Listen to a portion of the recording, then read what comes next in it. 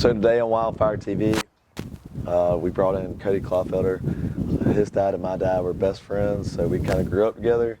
He had this awesome deer chili recipe that he wanted to share with us. Thank you for sharing this with us. Thanks for having me. I've already cheated, I've tried it. It is phenomenal. He's got some sides to go on it, but honestly doesn't even need it.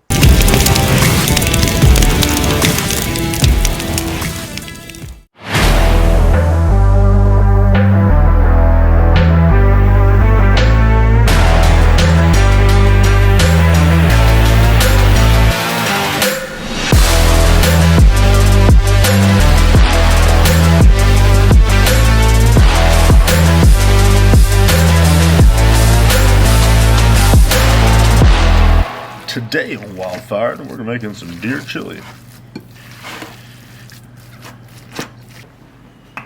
Right.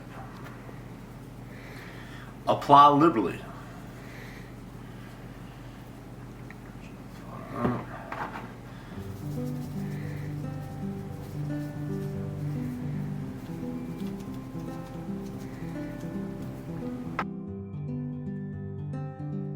Got all that good and mixed up. And we're ready to brown.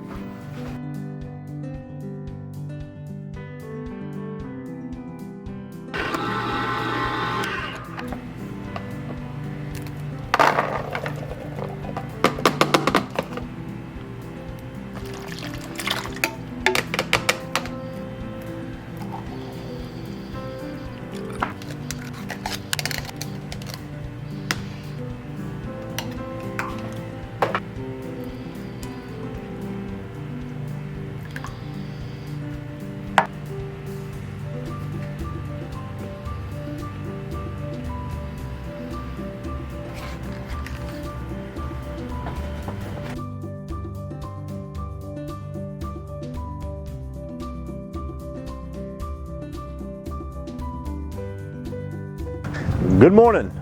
Today on WildFired, we're making deer chili. Start with a little bit of oil in a hot pot here. Let's just get things started.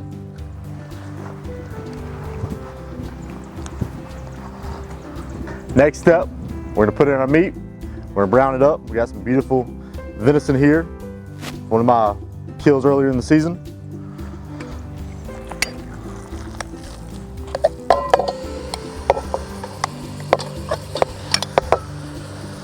The oil is going to help it cook, give it a little bit of added flavor, keep it from sticking to the pot.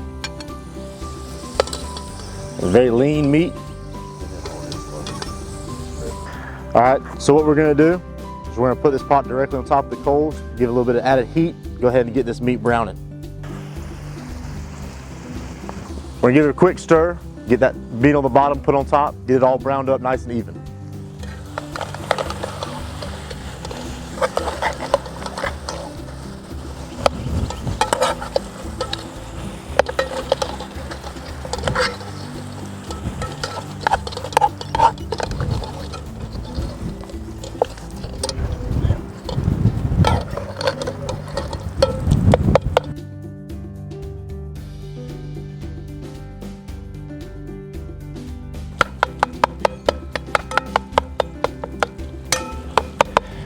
Coming right along, coming right along. Our meat browned up nice.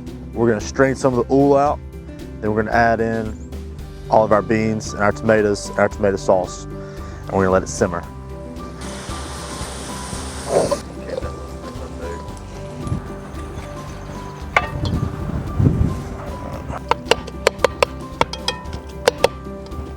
I'm comfortable. I've cooked this over 100 times in my life.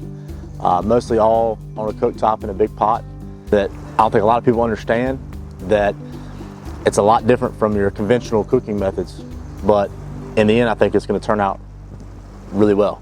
Now we're going to take our mixture we made earlier. That's our kidney beans, our black beans, diced tomatoes, tomato sauce, and our seasoning, a little bit of tomato paste as well.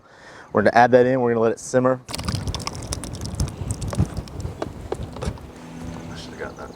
We're stirring all this together, getting it mixed up. It's gonna cook nice and even. And we're just gonna let it simmer, all cook together nice and slow. Low and slow, baby, low and slow. It's the name of the game. It's gonna turn this out to be really, really good.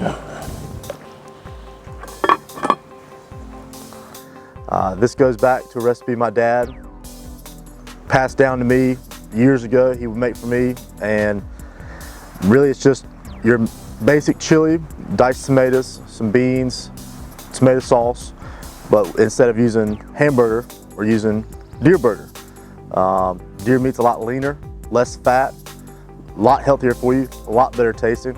So one of the great things about doing wild meat and non-processed food is you don't have to rely on going to your grocery store. You don't have to rely on if the meat runs out. A lot like the current situation we're in now, there's a run on products at the store. You couldn't go get chicken, you can't go get beef. If you were in a situation where you need to eat, this is wild game. This is wild deer. This deer, I shot this deer, harvested this deer myself, and you can make it your own. This is my recipe. Again, it was passed down from my father to me. I've tweaked it a little bit in my seasonings and how I salt and pepper and a little bit of chili powder. And again, it's all to taste. You might want to add some hot sauce if you like it a little bit spicier. There's several different variations that you can choose to do all of this your own. I appreciate my dad for passing that down to me.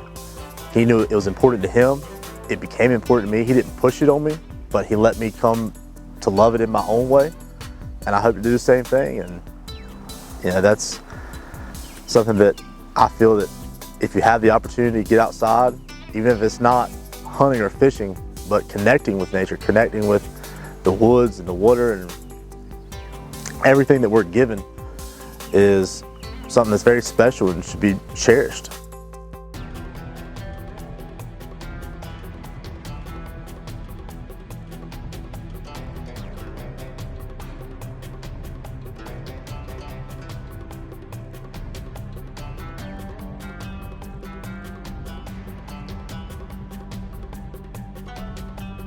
I'm gonna let him tell us a little bit about what it took to make this happen.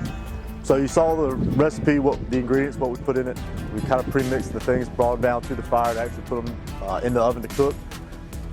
All that stuff, if you want to go camping or want to go outdoors, you can put that in a cooler, take it with you, just brown the meat first. It's a ready-to-go meal. It's good, it's a hearty meal, warm on a cold day. We're actually out here, it's beautiful, still gonna be good. First time cooking over an open fire with this recipe, one of the problems we had was temperature regulation.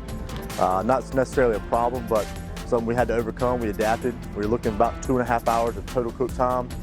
Got ready faster than we expected. Ended up about 1.5 hours, but as Stuart said, it ended up pretty well. So without anything else, Well is an understatement. I mean, it's phenomenal.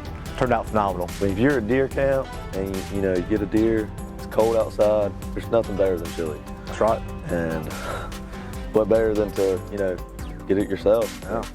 Right now the grocery stores are pretty much sold out of meat, getting the best they can. And I mean, hunting and fishing is the way to go right now. So without much more ado, WildFired TV, subscribe, get you some. Try a bite of this. Put some cheese, some sour cream, and some Texas Pete in here. That's what WildFired's all about. Oh my gosh. That's the stuff right there. That's fire. That's fire. WildFired. That's WildFired. A little bit of Texas Pete. I thought it was really good by itself, but I just tried a bite of this, and it is fire. That's what you're at. And that's what this show is all about. Sharing recipes and traditions. Good friends. Good friends. Subscribe, hit the bell button. We'll see you in the next one.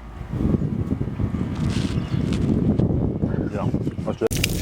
WildFired channel. You can't hardly beat it. That's the real deal. Subscribe.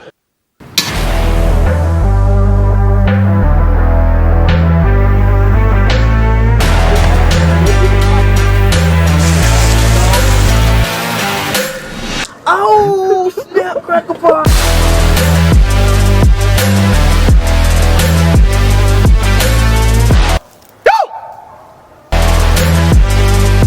Eating a cracker up.